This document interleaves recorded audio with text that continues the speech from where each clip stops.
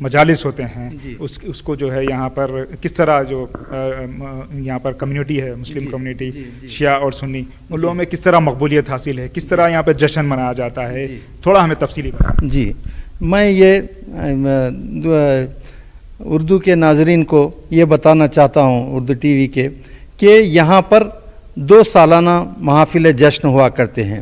جیسا کہ امام کی ولادت باسعادت 11 ذیقات کو ہے, چونکہ شہر حیدرآباد میں بے حد وہاں پر جشن محافل کا انعقاد ہوتا ہے, تو مومنین کی سہولت کے لیے ایک زمانے دراز سے یہاں پر 12 ذیقات کی تاریخ طے پائی.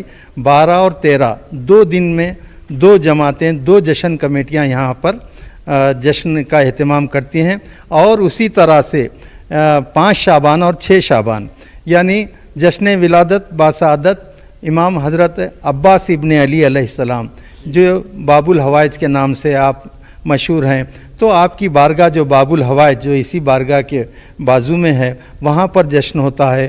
وہاں پر بھی ان دونوں محافلوں میں ہزاروں کا مجمع معتقدین زائرین بلا لحاظ مذہب و ملت دور دراز سے آتے ہیں, جشن میں شرکت کرتے ہیں. تقریباً شہر حیدرآباد سے 150 تا 200 شعراء کرام اور 75 تا 125 تک قصیدہ خوان حضرات اور 10 تا 20 علماء کرام و ذاکرین, اور اس طرح سے یہاں پر تمام یہاں بارگاہ میں صبح سے لے کے شام تک ایک ازدحام رہتا ہے, اور جشن کا ایک اور رات میں بارگاہ کو سجایا جاتا ہے, ایک نورانی منظر نظر آتا ہے, اور یہاں پر تمام مومنین عقیدت مند شرکت کرتے ہیں. جی ہادی صاحب, آپ سے بات چیت کا سلسلہ جاری رہے گا. ناظرین, میں آپ کو یہ بھی بتاتا چلوں کہ ہم بات کر رہے تھے چیف منسٹر کے چندر شیکھر راؤ کی. وہ جو ہے جب بھی باہر جاتے ہیں تو امام ضامین باندھتے ہیں. شہر سے میرا مطلب ہے چار مینار سے تقریباً 15 کلومیٹر دور یہ زیارت گاہ واقع ہے, اور حیدرآباد کے سب سے قدیم جو تاریخی آثار کی اگر بات کریں تو سب سے تاریخی آثار کے علاوہ جو ہے سب سے قدیم زیارت گاہوں میں اس کا شمار ہوتا ہے. لیکن اس کی دیکھ بھال جو ہے وہ بالکل ٹھیک ٹھاک نہیں ہے. یہاں پر جو ہے کوئی زائرین کے لیے کوئی سہولتیں نہیں ہیں. خود اگر ہم جو ہے یہاں پر جو جس چھت کے نیچے میں کھڑا ہوں تو یہ کافی مخدوش حالت میں ہے. اس کا جو ہے مینٹیننس بہت ضروری ہے. جو سیڑھیاں ہیں اس کی وہ بھی ٹھیک حالت میں نہیں ہیں, اور خاص طور پر ہم لوگوں نے جب یہاں پر جیسے ہی داخل ہوئے ہمیں جو ہے سیدھے ہاتھ کو ایک کافی مخدوش عمارت جو ہے وہ دکھائی دی, اور کہا جاتا ہے کہ وہاں پر جو ہے وہ تبرک بانٹا جاتا ہے جب یہاں پر سالانہ مجالس ہوتی ہیں. تو کافی غصہ تھا زائرین میں, وہ ہمیں بتانا چاہتے تھے لیکن کسی وجہ سے وہ یہاں پر نہیں ہے. میں یہاں پر جو زائرین ہیں ان سے بات کرنا چاہتا ہوں. بھائی آپ بتائیں, آپ جو ہے یہاں پر ریگولر آتے ہیں تو یہاں پر جو صورتحال ہے جو یہاں پر جو جس طرح سے جو ہے یہاں پر عمارتیں ہیں, تو آپ کیا سمجھتے ہیں, کیا یہ ٹھیک ٹھاک ہیں؟